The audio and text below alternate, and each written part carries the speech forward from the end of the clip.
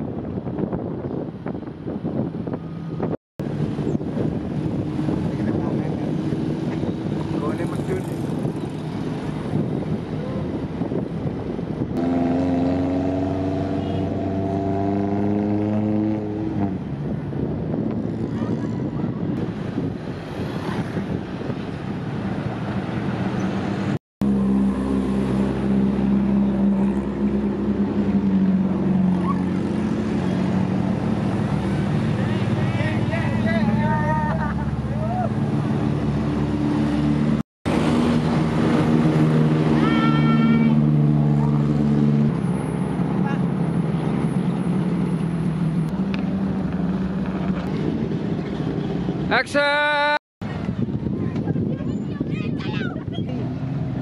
Tunggu belok.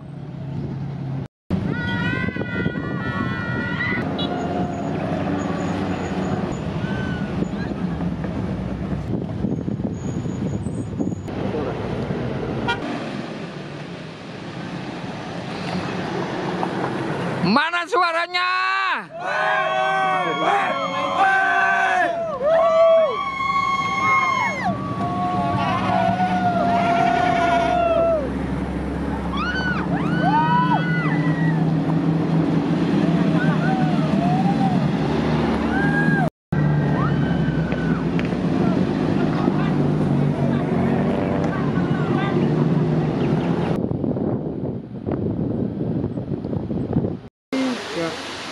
Ntar sih. 3, siapa kita? Mana? Ngapain? Kamu tadi. Tangan yuk, lambaikan tangan yuk. Yuk, lambaikan tangan semua yuk. Lambaikan tangan yang meriah.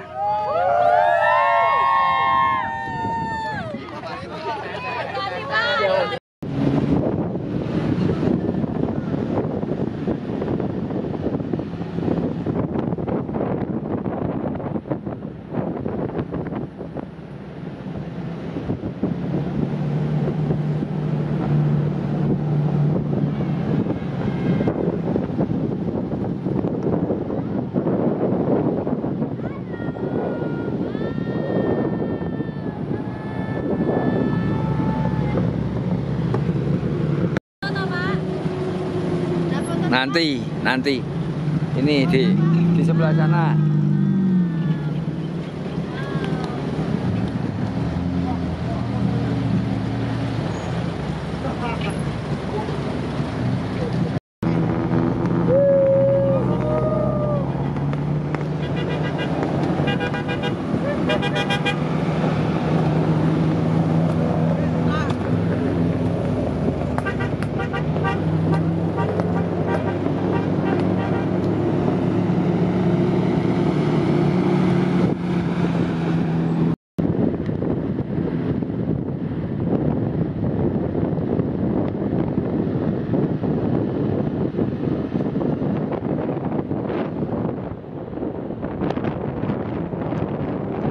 Nama Dieng berasal dari bahasa Sanskerta dari kata Ardi yang berarti gunung dan Hyang yang berarti surga. Jadi ini artinya Anda datang ke surga. Ya, karena kedatangan bidadari dari Lamongan yang cantik-cantik ini, cuacanya cerah sekali ya. Dan candi-candi di Dieng ini sebenarnya baru ditemukan di tahun 1814 oleh Cornelius dan Theodor van Erp, arkeolog Belanda. Pada waktu ditemukan seluruh candi ini masih tergenang air. Baru pada tahun 1856 dikeringkan oleh Dr. Van Kinsbergen dengan ditemukannya sistem irigasi kuno yang tersumbat selama berabad-abad di sebelah barat sana dan dinamakan Gangseran Aswatama. Berdasarkan pendapat sebagian ahli, konon Candi Didieng merupakan salah satu candi yang paling tua di Jawa Tengah yang dibangun oleh dinasti Sanjaya yang beragama Hindu. Hin artinya no atau tidak, dan du artinya violence atau kekerasan. Jadi Hindu itu artinya no violence doctrine yang pernah dilaksanakan dengan baik oleh Mahatma Gandhi. Kata candi berasal dari Candika Gerha. Candika itu nama lain dari istri Siwa sebagai Dewi Maut. Gerha itu artinya rumah. Jadi candi ini dibangun, salah satu fungsi utamanya adalah untuk menyembah sang pencipta, yaitu Sang Hyang Widiwasa. Dan pada prinsipnya candi dibagi tiga. Bawah burloka, dunia bawah tempat manusia seperti sekarang kita ini hidup. Bagian badan candi dinamakan buarloka, artinya dunia tengah tempat manusia yang telah disucikan. Dan bagian atas candi itulah yang disebut suarloka, artinya dunianya para dewa. Jadi filosofinya manusia ini hidup, suatu saat mati, kalau akhlaknya baik maka naiklah ke surga.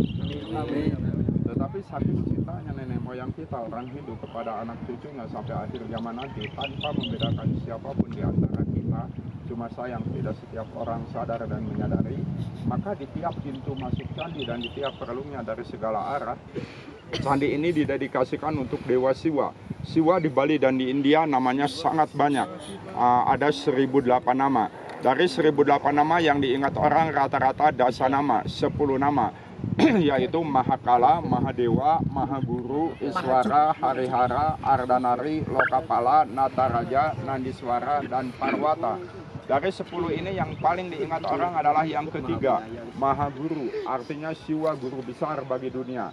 Dengan ajarannya di Bali dan di India sama persis, yaitu Dasa Sila. Dasa artinya 10, sila artinya aturan. 10 aturan hidup menurut kacamata agama Hindu, yaitu ahimsa, not to kill, Brahmacari, to lead a pure and godly life, Satya, to be truthful and reliable, Awiya, Waharika, not to quarrel or not to fight, Asteya, not to steal, Akroda, not to become angry, Guru Sutrosa, to love the religious teacher, Soka, to purify one's mind and body, Ahara Lagawa, not too eager to eat and drink much, and the last one, Apramada, which means to be faithful to one's duty. This code governing ethical and social behavior is upheld and interpreted by the priest. Tapi kalau di Islam, hendaklah engkau menghormati akan ibumu, ibumu, ibumu, baru bapak. Jadi kalau dipanggil oleh ibu atau dipanggil oleh ibu guru harus selalu siap. Ada ibu gurunya di sini nggak? Itu. Mana? Coba angkat tangan. Oh iya. Dan ibu guru juga harus baik-baik, jangan pelit-pelit sama nilai ya.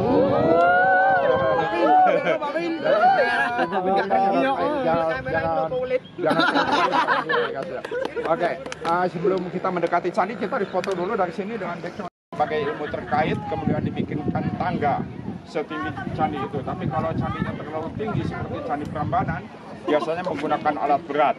Kemudian nanti batunya satu persatu diturunkan dan tiap keping batu diregistrasi oleh angka UNESCO. Angkanya di situ nanti saya tunjukkan. Dan ini Candi Puntadewa juga sudah dibuat. Mendekat situ, dekat. Tapi yang satunya Mendekat sini. kelihatannya seperti kodok. Mendekat sini. Inilah. Mendekat sini. Kemudian Mendekat sini. Dalam agama Hindu ada yang disebut Narasimha Awatara. Nara itu artinya manusia, Simha singa, Awatara penjelmaan. Penjelmaan Wisnu yang keempat. Jadi ceritanya demikian. Suatu saat Surgaloka itu didatangi oleh seorang raksasa yang sangat gagah dan semua dewa pada takut. Nama raksasanya Hiranyakasipu. Maka mereka minta bantuan kepada Wisnu. Dan Wisnu meditasi dan dapat ilham bahwa raksasa itu sudah tidak mungkin lagi bisa dikalahkan oleh manusia atau oleh binatang, baik di siang ataupun di malam hari. Karena Wisnu sangat sakti, maka dengan ilham demikian langsung menjadikan dirinya setengah singa dan setengah manusia dan membunuh raksasa itu di antara siang dan malam. Cerita lengkapnya tentang cerita ini ada dalam buku yang terkenal Indian Mythology, Profesor Dr. Veronica Ian, Hamilton London 1988 dengan nomor ISBN-nya International Standard Book nomor 0600342859. Oke. Kita langsung ke sini. Ini Pak, ini tadi apa? Ini Ayo, urutannya, Arut, perhatikan ayo. urutannya dari ujung itu Candi Sembadra, kemudian ini Candi Tirtadewa, ini Candi Setyaki yang lagi dipugar, itu yang besar Candi Arjuna, dan di depannya Candi Semar. Ayo sambil jalan. Nah ini adik-adik, ini candi yang lagi dipugar, jadi setengahnya sudah dipasang dan nanti mungkin akhir Mei dilanjutkan lagi. Ini kayaknya, ya, jadi ini batu baru. Jadi candi itu kalau sedapat mungkin batu aslinya digunakan, tapi kalau batu baru harus dipakai, maka dipakai batu baru dengan catatan harus pakai tanda. Kalau dulu tandanya asteroid atau bintang yang diisi timah putih, tetapi tanda itu banyak dicongkel oleh anak-anak kecil, maka sekarang cukup dibor kecil aja seperti ini. Ini artinya batu baru. Kalau candi boleh memakai batu baru, tapi kalau istri jangan ada istri baru ya. Candi Semar alasnya persegi panjang, kalau yang lainnya bujur sangkar.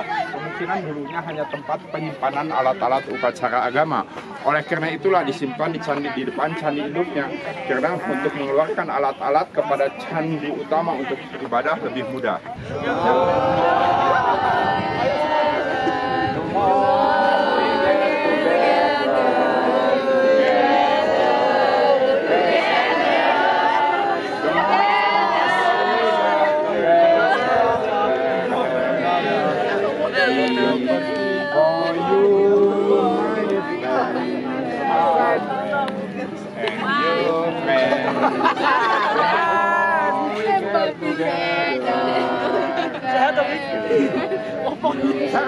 Sama-sama sekali aja, jangan sampai salah. Yuk, suaranya yang keras.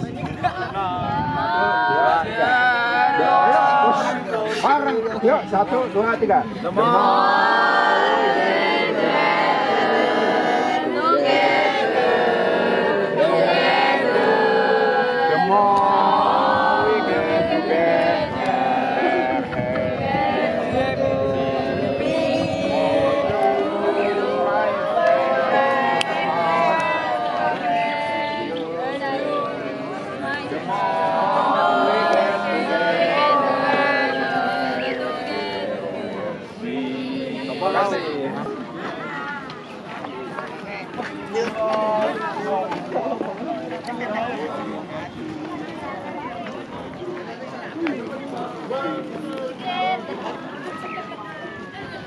Jadi satu-satunya candi di Dieng yang mempunyai reun candi, ini reun mana untuk patung yang disebut Dwara Palaka. Dwara itu artinya gerbang, Palaka itu artinya penjaga, tapi sayang namanya telah hilang, adalah candi atas. Dan di bawahnya ada Jaladwara, artinya pipa untuk mengeluarkan air. Dulunya relung ini pipa ini dulunya tersambung ke patung Siwa. Ketika patung Siwa dicuci oleh para brahmana, maka blessing waternya keluar lewat sini. Ya. Tapi sayang sudah disconnected. Perpustakaan untuk menerangkan candi-candi Dieng. 1. Sejarah bangunan kuno Dieng, Profesor Dr. Sucipto Wiradipusumo, Fakultas Sastra Universitas Indonesia 1952. Bangsa Hindu, penerbit Kalimasodo 1952, jilid 1 dan 2. Kemudian Sejarah Kebudayaan Indonesia 1, 2, 3, Profesor Dr. XR Sukmono. Kemudian Sejarah Candi Borobudur, karangan Dr. Sudarsono, penerbit Sumur Bandung 1952. Kemudian Indian Mythology, Profesor Dr. Veronica Ayen, Hamilton London 1988, dengan nomor ISBN-nya 0634285859. Kemudian Sejarah Kesenian Indonesia, Dr. Andes Sugeng, Vasco, Jakarta 1952. Kemudian Prasasti Indonesia 1, Brandes, penerbit Ganako NP 1952, jilid 1 dan 2. Dan sejarah terakhir adalah Sejarah Nasional Indonesia, Departemen Pendidikan dan Kebudayaan 1970. Semoga bermanfaat.